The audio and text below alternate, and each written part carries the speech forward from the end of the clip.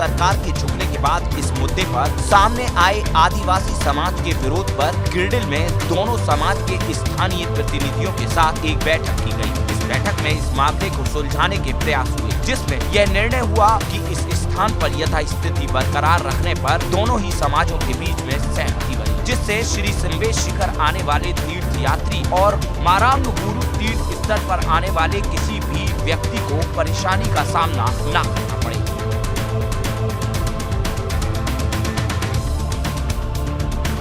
अचानक उपजे इस विवाद से निपटने के लिए जल्द ही एक कमेटी का गठन किया जाएगा, जो इस बात का निर्णय करेगी कि आने वाले समय में यहाँ की व्यवस्था किस प्रकार बनाई जाए, जिससे यहाँ आने वाले दोनों ही समुदाय के तीर्थ यात्रियों को कोई परेशानी न हो। इस एक बात पर सैद्धांतिक सहमति दोनों ही पक्षों से बनी कि आदिकाल से चली आ रही व्यवस्था ही यथारूप रहेगी, न उसमें कोई नई चीज जोड़ी जाएगी न नई चीज घटाई जाएगी। दोनों ही समुदाय के लोग, जैनियों के संबेश शिखर की आस्था अपनी जगह बिल्कुल है और पारसनाथ में मरांग गुरु की आस्था भी अपनी जगह है, और दोनों की ही आस्था का सम्मान होगा। और यह स्वामित्व का विवाद नहीं है, अपनी अपनी आस्था के अनुरूप पूजा को करने का मामला है, और ये दोनों ही समुदाय अपनी अपनी आस्था के अनुरूप यहाँ पर पूजा करेंगे और एक दूसरे के धर्मों का सम्मान करेंगे। इस बैठक के बाद स्थानीय विधायक सोनू ने इस बात पर यकीन जताया कि दोनों ही समुदायों के लोग एक दूसरे की आस्था का ख्याल रखते हुए पहले की तरह ही एक दूसरे का सहयोग करेंगे।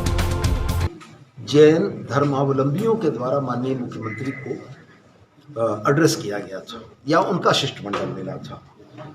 पारसनाथ में मरांग गुरु के सवाल पर विवाद कहाँ है? अंग्रेजों के गजट से लेकर इतिहास के पुराने पन्ने तक इस बात की तस्दीक करते हैं कि पारसनाथ ही मरांग गुरु है, तो जिस पर विवाद ही नहीं उसका जिक्र कहाँ से आएगा? पारसनाथ मरांग गुरु था, है और रहेगा। और निश्चित रूप से जानिए कि आज की बैठक के बाद दोनों ही धर्मों के लोग एक दूसरे की आस्था का सम्मान करेंगे। उन्होंने यह भी कहा कि जैन समाज के 20 तीर्थंकरों ने यहाँ से मोक्ष प्राप्त किया। आदिवासी समाज का बहुत पुराना नाता है जो टूट नहीं सकता, और जो परंपरा यहाँ सैकड़ों वर्षों से चली आ रही है वो परंपरा जारी रहेगी। मैंने तो अपने वक्तव्य में कहा कि जिन 20 तीर्थंकरों ने यहाँ मोक्ष प्राप्त किया है उनकी सहायता करने के लिए कोई बुधवा माझी और सुकरा महतो ही रहा होगा। जब तीर्थंकरों के समय का संबंध है वो संबंध कतई टूट नहीं सकता है, और इनको भी सम्मान करना और यहाँ के स्थानीय लोगों को भी सम्मान करना।